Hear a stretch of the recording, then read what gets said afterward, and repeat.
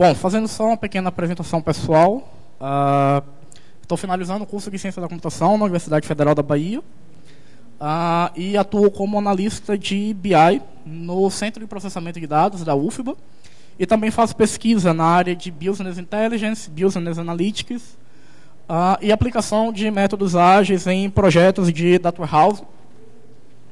E participo do grupo de pesquisa em sistemas sensíveis ao contexto, semântica, da UFBA. Então, minhas principais áreas de interesse estão relacionadas a banco de dados, engenharia de software, métodos ágeis, gestão e governança de TI, gestão de projetos e BI e Data Warehouse. Então, a agenda dessa apresentação, eu vou falar um pouquinho do contexto da área de integração de dados, a heterogeneidade de sistemas, algumas abordagens para integração de dados, a classificação dos sistemas de integração, alguns modelos para integração de dados, e a gente vai falar um pouquinho sobre ferramentas de ETL. Então, contexto da área de integração de dados. Basicamente, o objetivo do sistema de integração de dados é ele te oferecer uma visão uniforme das diferentes fontes de dados que você tem. Às vezes você precisa, você tem um sistema na sua empresa, na sua organização, você precisa interagir com o sistema de um outro local, de uma outra empresa, ou, por exemplo, acontece de haver a fusão entre empresas e você tem sistemas, bases de dados diferentes que precisam ser integradas ou simplesmente elas precisam interagir, ou seja, elas precisam interoperar. Então, o desafio da área de integração de dados é, em cima de bases de dados diferentes, modeladas de formas diferentes, com semânticas e modelagens de assuntos diferenciais, você fornecer uma visão única, para que para os usuários finais as consultas elas possam ser feitas de uma maneira clara. Então, quando a gente trata de heterogeneidade de sistemas, a gente tem alguns casos de conflitos relacionados aos esquemas de dados. Então, a gente tem conflitos de generalização, ou seja, o atributo de uma classe ele pode assumir o valor de muitos atributos para o outro banco de dados ou não. Por exemplo, eu posso ter em uma base de dados o campo endereço que armazene o endereço completo de uma determinada pessoa. Em uma outra base de dados, esse endereço, semanticamente, ele pode estar dividido em CEP, rua, bairro, etc. A gente tem também conflito de tipo de dados. Numa base, eu mapeio um tipo de dado, uma coluna com determinado tipo, e uma outra base com outro tipo. Por exemplo, CPF, ele pode tanto ser numérico, como pode ser varchar. Conflitos estruturais, onde uma entidade, um sistema, ela pode ser modelada como atributo em outro. Por exemplo, eu posso ter no meu banco de dados a coluna vendedor como um atributo, e em uma outra base de dados, a minha coluna vendedor como uma entidade, como uma tabela, propriamente dita. Além disso, a gente tem a perda de atributos, ou seja, em uma base de dados eu posso ter determinado conjunto de campos, na outra base eu já não tenho esses campos. Conflitos de nome acontece quando entidades de diferentes sistemas têm o mesmo significado, porém o nome dessas entidades é diferente. E os conflitos de escala se referem às unidades utilizadas para a coluna. Por exemplo, sistema financeiro, eu posso ter moeda como real, em outro sistema moeda como dólar, em outro sistema moeda como iene, etc. Então, traçando um panorama sobre algumas das dificuldades em sistemas de integração e interoperação, a gente tem esses 7 itens, Hardware, modelos organizacionais, representação, escopo, abstração, significado e temporalidade, que representam desafios, quando a gente está trabalhando com interoperabilidade de sistemas. Então, o primeiro caso, é hardware e sistemas operacionais, que basicamente se relacionam com a criação de novos dispositivos, novos sistemas operacionais, e a forma como é que você faz para poder estar oferecendo acesso a sistemas que estão tanto em plataformas diferentes como hardwares diferentes. E a gente vê que hoje, a partir do uso de APIs, as organizações regulamentadoras têm obtido um bom resultado com relação a esse nível de heterogeneidade. O outro ponto são os modelos organizacionais, que se refere a, basicamente, os diversos modelos de sistema, de banco de dados existentes. Então, a gente tem bancos de dados que podem estar modelados, orientado a objeto, relacional, em rede, né? O outro tipo de desafio é o de representação, né, que se refere à semântica, né, daquilo que foi modelado. Então, quando é que ocorre? Quando o tamanho de campos são diferentes ou possuem tipos diferentes, mas aquilo que ele representa internamente é a mesma coisa. Relacionado ao escopo, né, os sistemas eles podem modelar, vamos dizer assim, assuntos diferentes, domínios diferentes. Então, às vezes, quando você vai interoperar sistemas, né, você tem que capturar diferentes domínios que os sistemas modelam para poder complementar na sua visão integrada. O item abstração se refere ao nível de detalhamento, né, daquilo que foi modelado. Né? Então, por exemplo, um caso muito... em relação, por exemplo, ao Data Warehouse, né, modelo dimensional. Todo modelo dimensional ele utiliza uma dimensão de tempo. Então, eu posso ter um determinado DW, o tempo com a granularidade até dia. Em outro, eu posso ter o tempo com a granularidade até semestre. Então, se eu for interoperar, né, esses dois Data Warehouse, eu vou ter um problema com relação ao nível de abstração que foi utilizada na minha modelagem.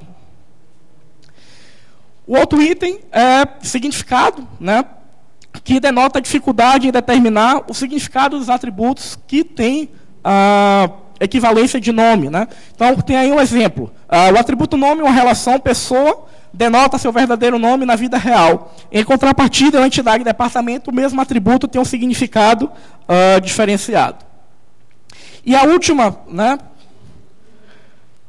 questão é com relação ao tempo. Né? Então, problemas ligados ao tempo tem muito a ver com o ritmo de atualização que os sistemas, né, ele possui. Você tem um sistema que possui atualização diária, ou minuto a minuto, ou semanal, o outro possui atualização mensal. Então, quando eu interopero esses sistemas, eu posso acabar tendo informações que são desatualizadas devido a essa diferenciação no tempo em que os sistemas eles recebem dados. Então, existem algumas, né, abordagens para a integração de dados, e a gente vai falar basicamente de três, que são a dos mediadores, Data Warehouse e bancos de dados federados. Essas abordagens, né, elas estão em dois grupos, né, no qual os mecanismos, os modelos de integração, eles podem ser classificados, que são a integração estática e a integração dinâmica. Né? Na integração estática, ela se caracteriza por não ter uma influência do usuário final, ou seja, o usuário final ele não participa em nenhum momento do processo de integração. No caso, existe uma pessoa, né, especializada para poder estar trabalhando naquela camada ali, que é a camada dos wrappers. E o que é que acontece basicamente? Né? A integração ela é feita em duas fases. Na camada de baixo eu tenho todas as minhas bases de dados. Acima dela eu tenho uma camada, que é a camada dos wrappers, que simplesmente capturam dessas bases, né, o esquema desses bancos, que vai ser lido pela camada dos mediadores, que vai fornecer o esquema integrado para as consultas de usuário. Um outro ponto que marca a integração estática é que toda vez que eu preciso adicionar uma nova base, né, o sistema ele, precisa ser modificado para comportar essa nova base de dados que vai ser utilizada. Ou seja, o integrador de domínios vai ter que modificar a camada do wrapper para poder capturar, né, os elementos dessa base de dados para que os mediadores possam ler. Na integração dinâmica, a gente não tem a camada dos mediadores e o sistema ele responde dinamicamente. Né? O usuário final ele acaba participando do processo de integração e é ele que determina como é que vai ser feita a visão integrada. Mas isso requer que o usuário final ele tenha um bom conhecimento dos modelos de dados. E esse trabalho de construir a visão integrada é feito a partir de uma interface, no qual o usuário final ele vai estar fazendo as consultas dele, se apoiando no dicionário de metadados, ou seja, que armazena todas as informações com relação às bases de dados. Né? Então, o usuário final, além de ter conhecimento do modelo, ele tem que ter conhecimento também dos metadados para poder estar fazendo as consultas. Então, voltando às abordagens, né, os bancos de dados federados, eles trabalham no seguinte esquema. Nós temos várias bases de dados que acabam cooperando entre si no processo de exportação do esquema local, né, que é a minha camada 2, e do esquema de exportação para que eu tenha uma visão integrada. Então, os meus próprios bancos de dados, eles interagem de modo que os elementos que vão ser consultados pelos usuários, né, de uma maneira integrada, possam ser fornecidos.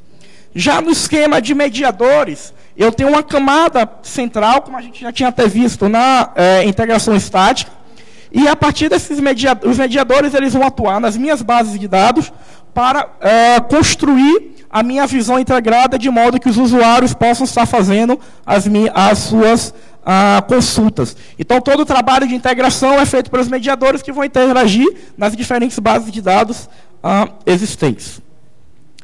E o outro item, né, que a gente tinha visto era com relação ao Data Warehouse, e aí a gente fala sobre ETL, que é o processo que é feito para poder se dar carga de dados no DW, né? Assim, as duas abordagens que a gente viu, elas são baseadas em uma visão lógica, ou seja, eu não tenho uma visão materializada da integração. A minha camada de integração ela é construída de uma maneira lógica, ou seja, a partir de views, triggers, procedures, etc.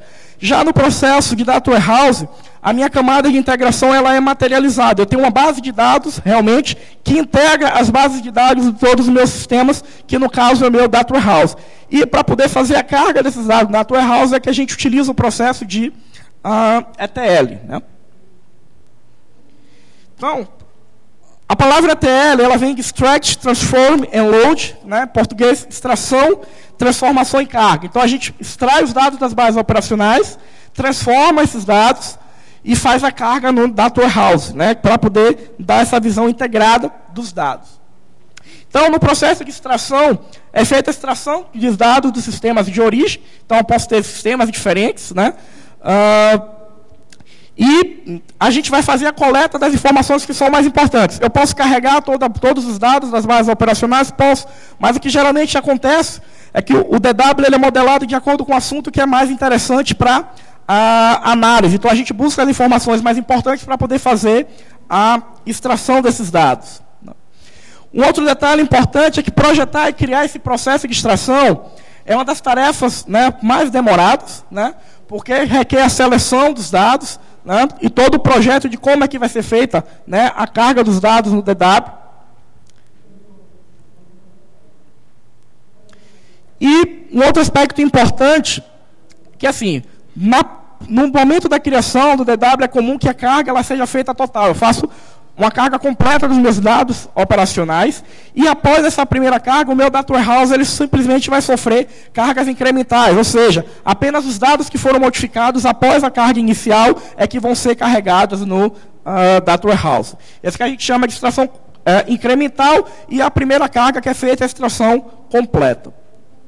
O segundo passo no processo de ETL é o que a gente chama de transformação, que ocorre a partir da aplicação de uma série de regras ou funções aos dados que estão sendo extraídos, no caso, para derivar os dados do meu modelo de integração. Então, além de transformar, esses dados também são limpos, porque eu posso ter nas minhas bases operacionais dados que estão sujos. Um exemplo, eu posso ter num campo CPF, que é vartear, as pessoas colocarem ponto, colocarem if. Eu posso ter erros, por exemplo, em endereço. Um endereço que é colocado com acento, outro endereço que é colocado sem acento. Então, eu preciso fazer a limpeza desses dados para que os dados que sejam colocados no Data Warehouse, eles não contenham esse tipo de sujeira.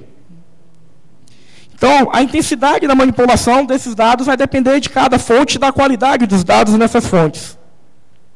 Então, que características são mais relevantes para a gente garantir a qualidade de dados, né? Primeiro, a unicidade. A gente tem que garantir que a informação que é colocada no Data Warehouse ela não seja duplicada. A segunda característica é a precisão. Os dados eles não podem perder suas características originais. A terceira, a completude. Eu não posso gerar dados que são parciais em um conjunto, né? E a consistência, né? Não sei se todo mundo aqui conhece, né? Mas A modelagem dimensional ela trabalha com 2 tipos de tabela, basicamente, que são as tabelas de fato e as tabelas de dimensão. No caso, os fatos eles representam métricas para poder avaliar o negócio e as dimensões, as características, né, utilizadas na avaliação dessa métrica. Então, a consistência diz que os meus fatos eles devem apresentar consistência com as dimensões que o compõem. Um detalhe importante é que nesse processo de transformação, as minhas fontes de dados originais elas não são modificadas. O que é modificado são os dados que vão ser colocados no Data Warehouse. Com relação à limpeza de dados, como eu citei, né, é feita a correção de erros de digitação, por exemplo, a descoberta de violações de integridade, né, a substituição de caracteres desconhecidos e padronização de abreviações. Por exemplo, em um sistema eu posso mapear sexo como masculino e feminino, em outro sistema eu posso mapear sexo como MOF. Então, quando esses dados são colocados no Data Warehouse, eu preciso padronizar qual vai ser o detalhamento da informação que eu estou utilizando. Quando eu faço esse processo de transformação e limpeza, a gente encara 2 tipos de conflitos, né, que são os conflitos semânticos, relacionados a nome ou palavra associada a estruturas de modelagem, por exemplo, o mesmo nome para diferentes entidades e diferentes nomes para a mesma entidade, e os conflitos estruturais que são relacionados às estruturas de modelagem escolhidas, no caso, né, diferentes tipos de dados. Isso se relaciona, né, com aqueles conflitos de esquema que a gente viu lá atrás, né, quando a gente estava falando de heterogeneidade e interoperabilidade de sistemas. Então, alguns tipos de transformação que podem ser feitas. Seleção de apenas determinadas colunas para fazer a carga, derivação de um novo valor calculado, por exemplo, eu vou armazenar no meu DW o montante de vendas a partir da quantidade do preço unitário do produto, a junção de dados de diversas fontes, então eu posso ter N bases de dados, nas quais eu vou estar integrando, juntando, fazendo merge desses dados para armazenar no meu DW. E, por exemplo, quebra de uma coluna em diversas colunas. Se eu tiver em um sistema, por exemplo, um endereço representando bairro, rua, cidade, eu posso estar quebrando isso em diversas colunas no meu DW. O último item do processo de ETL é a parte de carga, né? Então, eu já tenho meus dados limpos, já tenho meus dados transformados, eu preciso simplesmente carregar da minha área de estágio, ou seja, na minha área de estágio, onde eu faço esse processo de transformação, de limpeza, e dela eu faço a carga no Data Warehouse. Por que que todo o processo de transformação e limpeza é feito numa área de estágio? Para que eu não precise fazer essas operações diretamente nas minhas bases de dados operacionais, primeiro, para não sobrecarregá-las, segundo, porque no momento em que eu estou fazendo esse processo, as minhas bases operacionais elas podem estar sofrendo carga ou algum tipo de modificação. Então, primeiro eu faço uma carga das minhas bases operacionais para o meu Data Warehouse. E aí, dependendo, né, da necessidade da organização, o projetista do DW ele vai definir se essa carga ela vai ser feita, por exemplo, por hora, ela vai ser feita a cada meia hora, diariamente, semanalmente, vai depender muito da necessidade, né, da pessoa que vai fazer as consultas em cima do modelo integrado. Um ponto importante é que antes de fazer a carga, é necessário se fazer uma nova verificação nos dados, no caso, para verificar a integridade deles, né? Então, a validação de chaves estrangeiras com as chaves primárias, para que a gente garanta que a informação que está sendo armazenada é uma informação consistente. Um detalhe que vale a pena ser dito é que nesse processo de transformação, novas chaves são geradas para os dados operacionais. Então, a gente, quando armazena no DW, a gente não armazena com as chaves primárias operacionais. A gente gera surrogate keys, ou seja, chaves artificiais para esses dados, e apenas faz o mapeamento das surrogates com as chaves primárias operacionais. Com relação à carga, a gente tinha comentado sobre os tipos de tabelas que a gente tem, né, no nosso DW, e aí tem um exemplo, né? Minha tabela de fato, ela armazena métricas para eu avaliar determinado assunto, determinada situação. Então, eu posso ter uma tabela de fato que armazene a quantidade de produtos que foi vendido, contendo, por exemplo, o valor da venda, o valor unitário do produto, né? E a tabela de fato, ela é basicamente formada pelas chaves das minhas dimensões e pelas métricas que eu utilizo para poder avaliar aquele assunto.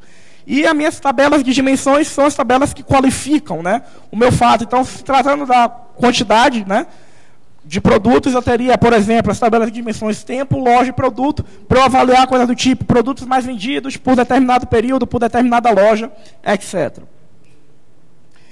A carga, como a gente já citou, ela pode ser incremental, ou seja, apenas dados que são modificados são adicionados, né, com o tempo, e eu posso fazer uma carga total se eu fizer um drop de tudo, né, um delete de tudo que está no meu DW e rearmazenar os dados novamente. É claro que fazer uma carga total ela é bem mais custosa. Por exemplo, vamos dizer que eu tenha trilhões de registros, né, na minha carga inicial e milhões de registros estão sendo colocados, né, durante o tempo. Se eu fizer uma carga incremental, os meus primeiros trilhões já vão estar na minha base e eu só vou estar adicionando os milhões de registros que vão ser modificados.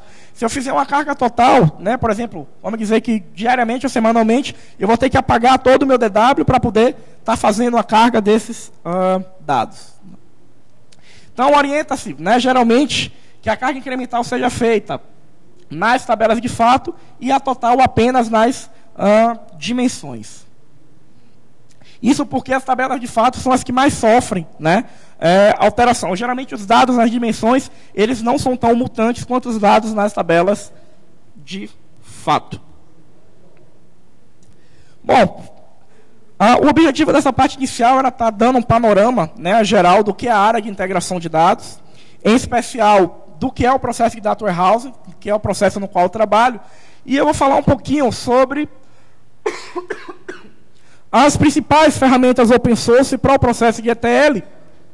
Esse gráfico que vocês estão vendo é de uma pesquisa realizada em 2010, né, sobre as ferramentas de ETL que são mais utilizadas. Então, com 42% está a ferramenta Pentaho Data Integration, que faz parte da suíte Pentaho de Business Intelligence. E a segunda ferramenta é o Talend Open Studio, né?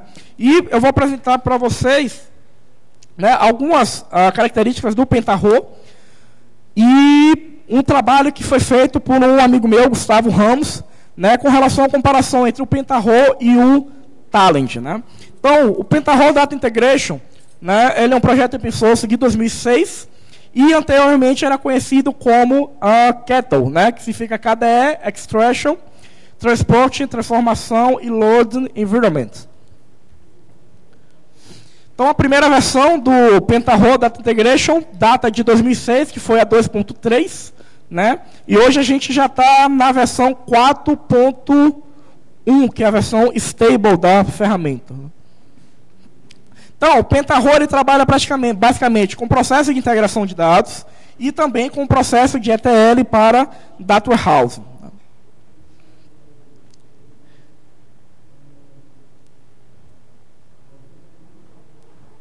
Então,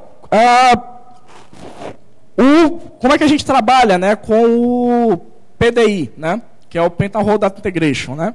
A gente basicamente constrói jobs, né, para poder fazer a extração de um determinado local, né, a transformação e a carga, né? Então, não sei se vocês estão conseguindo ler. O meu step de extração é aquele extrai XML pesquisador. Né, nele é aplicado um filtro, né, um hash set, para que, se eu tiver linhas duplicadas, eu vou unificar essas linhas. E, depois disso, ele filtra, né, as linhas para poder carregar um Excel com os pesquisadores e os itens de erro ele joga num arquivo de texto. Né? Então, toda transformação é baseada nesses três passos: extração, transformação e os steps de carga. Né? O Pentaho Data Integration ele se comunica com várias fontes de dados. Ou seja, eu posso estar fazendo extração a partir de uma planilha, a partir de um arquivo de texto, a partir de uma base de dados, no caso, MySQL, Oracle, Postgres, Access, SQL Server, Oracle, também de arquivos XML, ou na minha extração, eu posso até mesmo estar gerando, né, os dados que eu vou estar utilizando. Né? Então, o PDI ele trabalha com dois tipos básicos de componentes. O primeiro são as transformações e o segundo são os jobs. Né? Então, as transformações e os jobs, eles definem o fluxo do processo do ETL e pode também conter os metadados desse processo, ou seja, a descrição dos dados, as fontes de entrada e saída, e o script, né, tanto de extração como de carga. Bom, para cada tabela que a gente vai fazer a carga, a gente constrói uma transformação, né? Então, eu tinha falado lá, no modelo dimensional tem uma tabela fato e uma tabela de dimensão. Então, para cada minha tabela de dimensão, eu vou construir um job, ou eu vou construir uma transformação, e quando eu quiser fazer a carga de todo o meu modelo, eu construo um job apenas chamando cada transformação que eu tenho para poder fazer a carga completa do meu modelo. Então, a transformação ou job consiste de uma coleção de itens interconectados. No caso das transformações, eu estou interconectando step, né? Então, vocês estão vendo cada círculo desse, cada item desse circulado é um step, é um passo da minha transformação. No caso do job, eu interconecto transformações. De um step para outro, né? Essa setinha que vocês estão visualizando é o que a gente chama de RUP, que define o pipeline do fluxo de registros, ou seja, de que step, de que lugar para qual lugar, ou de que transformação, né, os meus dados eles estão sendo movimentados, né? Então, os RUPs eles definem as conexões entre os itens das minhas transformações e dos meus jobs. Só um segundo.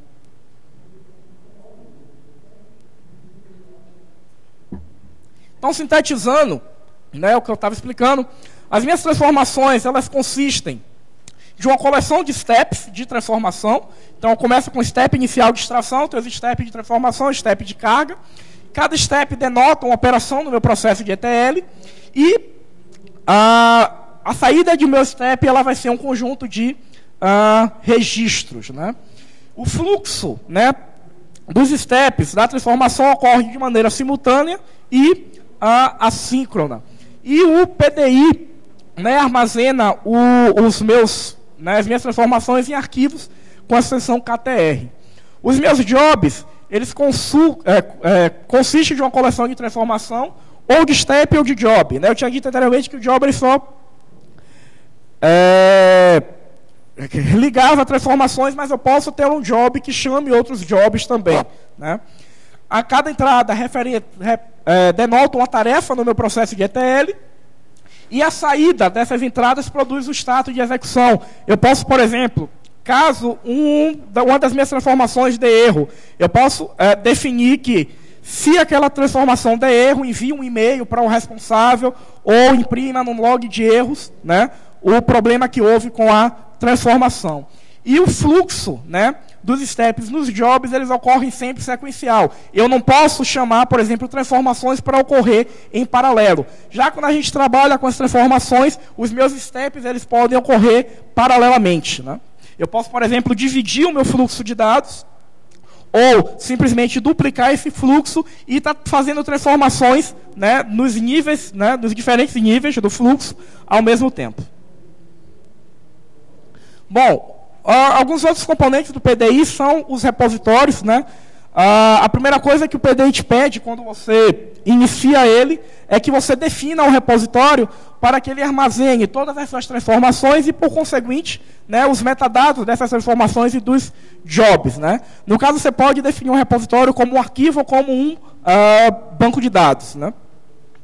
E as ferramentas, né, que compõem o PDI, primeiro é o Spoon, que é a IDE para desenvolvimento visual. Então, aquela figurinha que a gente viu com a interface gráfica é o meu Spoon. Eu tenho o PAN, que permite a execução das minhas transformações em uma linha de comando. O Kitchen, para a execução dos jobs, né, em linha de comando. E o CART, que é o meu servidor para execução remota de transformações e os jobs que eu tenho armazenados.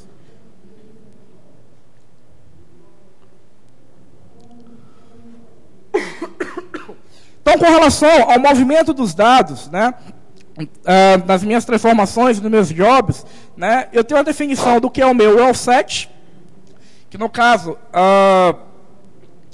São os meus dados, né, que estão representados de uma maneira tabular, que são os meus datasets, e cada coluna no meu raw set, ela referencia um campo, né?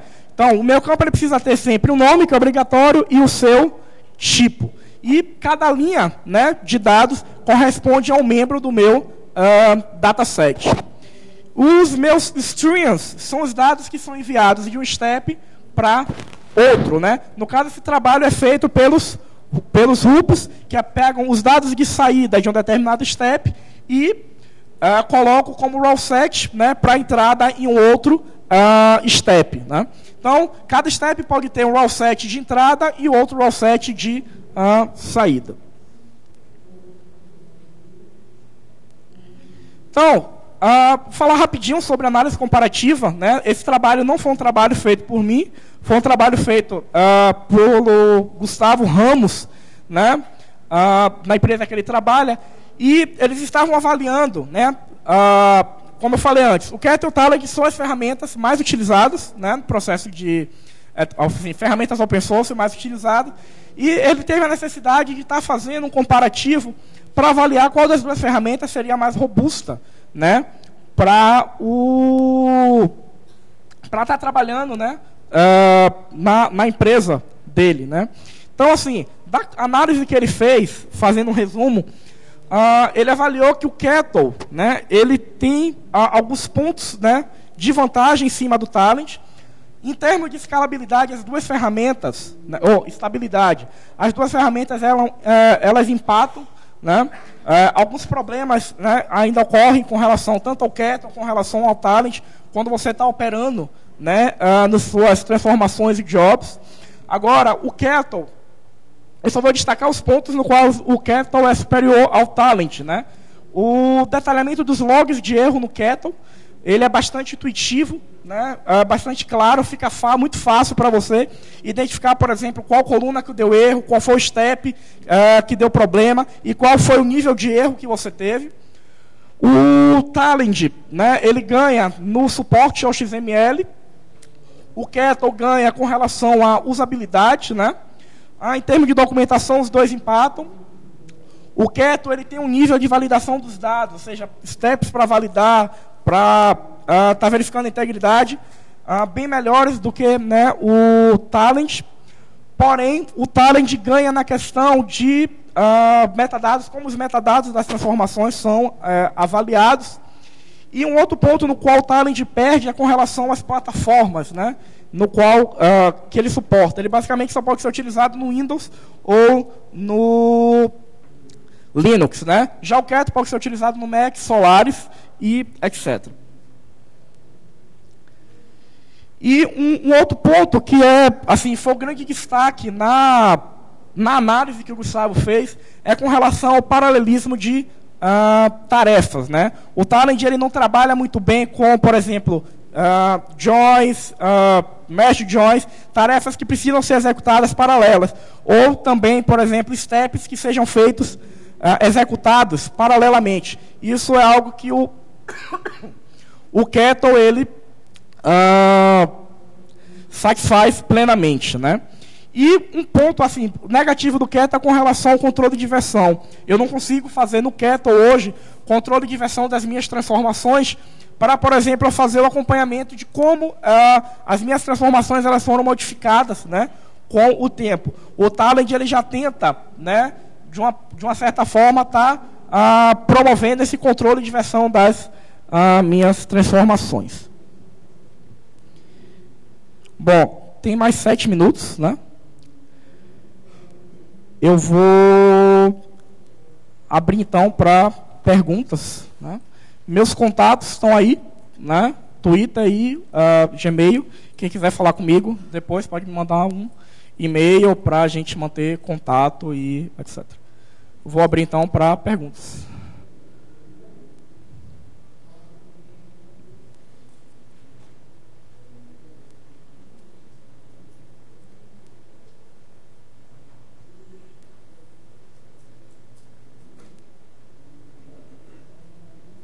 Alguém da plateia tem algum questionamento?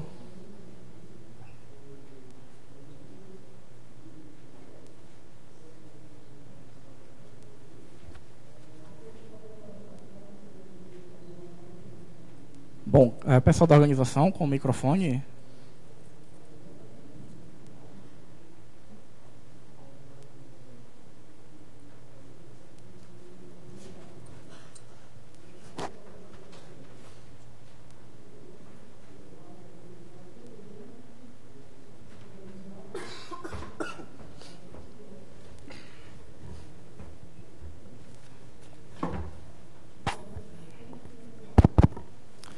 Tudo bem, Maurício? Meu nome é Marcos, tá? Eu tenho uma dúvida quanto scripts paralelos, tá? Por exemplo, eu tenho um script de carga num banco, tá?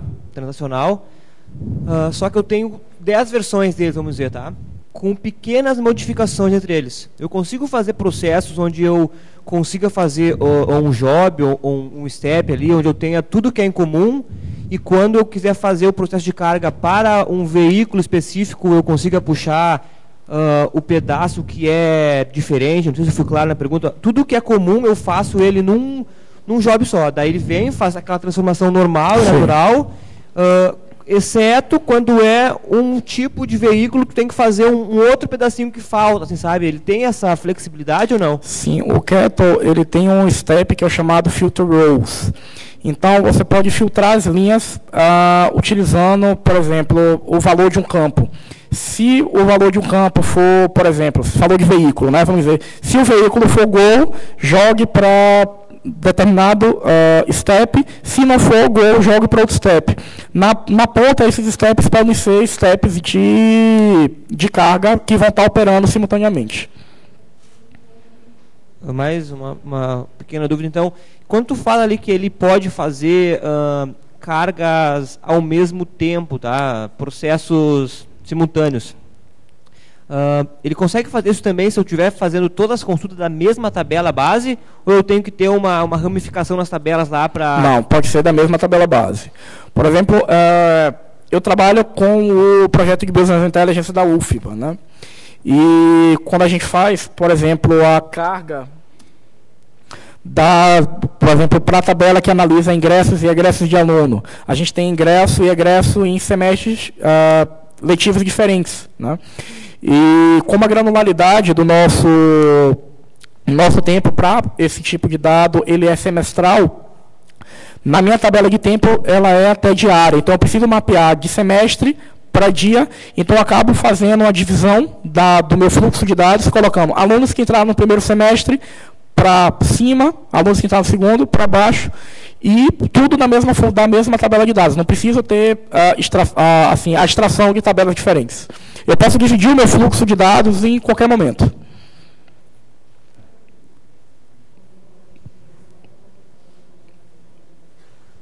Mais alguma pergunta?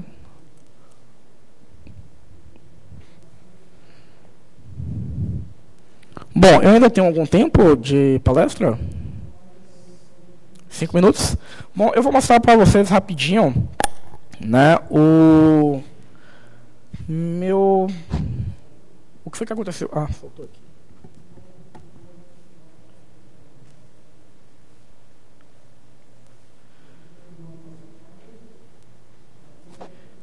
Eu vou mostrar para vocês rapidinho o Kettle, né?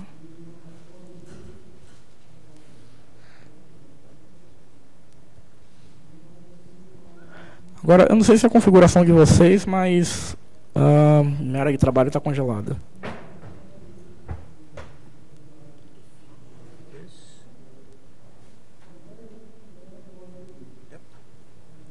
Não está aparecendo ainda.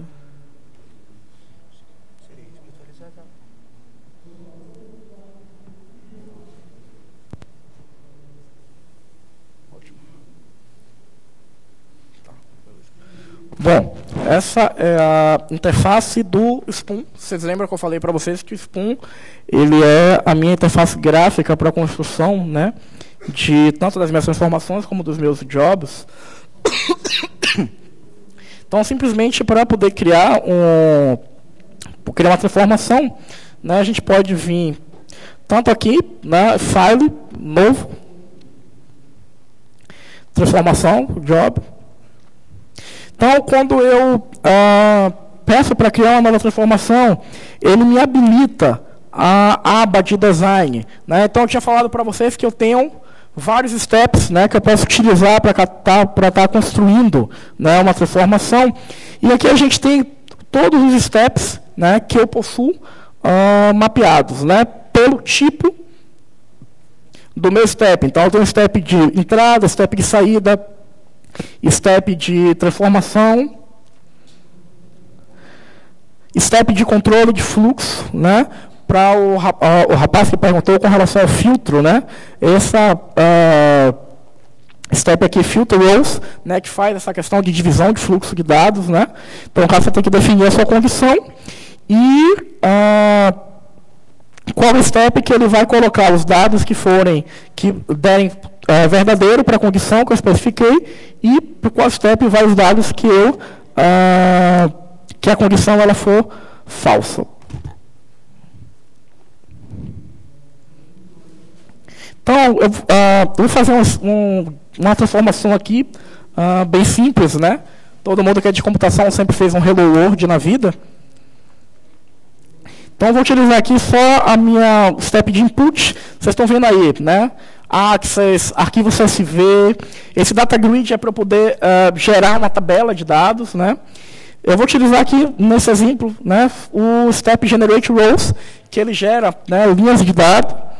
Então, todo step, né, ele já vem com o nome padrão, você pode renomear, né, o que é interessante para que, por exemplo, outras pessoas que utilizam a transformação sua saibam o que significa cada step, né?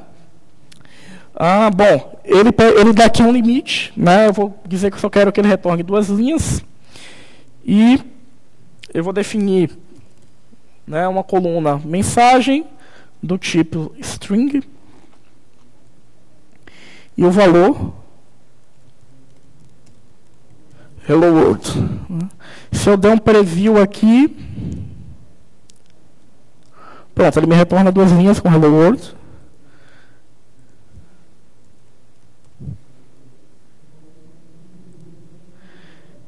E eu vou utilizar esse step dummy do nothing, né, que basicamente faz nada, né? Mas só para a gente ter, né, um fluxo de dados, né? O meu step generate row vai gerar as linhas que eu quero, vai passar para o dummy do nothing. Como ele não vai fazer nada, ele apenas vai exibir o resultado, né, disso. Vou salvar a minha transformação. Antes de rodar as transformações, ele sempre exige, né, que você as salve. Então, eu salvei com o nome Hello World, né? Vocês estão vendo aí que a gente pode colocar uma descrição, né, que isso vai ser armazenado lá no nosso repositório como metadados, né? E também a versão, né, dessa transformação, né? Então, minha transformação Hello World está salva. Eu vou executar, né? Aqui está a questão do log, né? Eu posso definir se o meu log de execução vai ser um log mínimo, um log básico, um log detalhado, né? É sempre preferível você estar trabalhando com um log detalhado para que você veja qualquer tipo de erros, né, que aconteçam dentro do seu raw set. Então, eu vou deixar o log básico mesmo, só vou dar um launch. Ele executou com sucesso, né? O meu step metrics aqui, né, tá me dizendo que ele executou com sucesso, né? Então ele leu o generate rows escreveu, né, 2 linhas, né, de dados. O dummy do nothing leu essas 2 linhas, fez a escrita dessas 2 linhas em lugar nenhum e minha transformação ela foi executada com sucesso. Eu acho que o tempo da palestra já acabou, né? Alguém tem mais alguma pergunta? Então, eu agradeço, né, a todos pela presença e gostaria de fazer um agradecimento especial ao Mário JP pelo patrocínio da minha viagem, né, aqui para o FISLE. Obrigado a todos.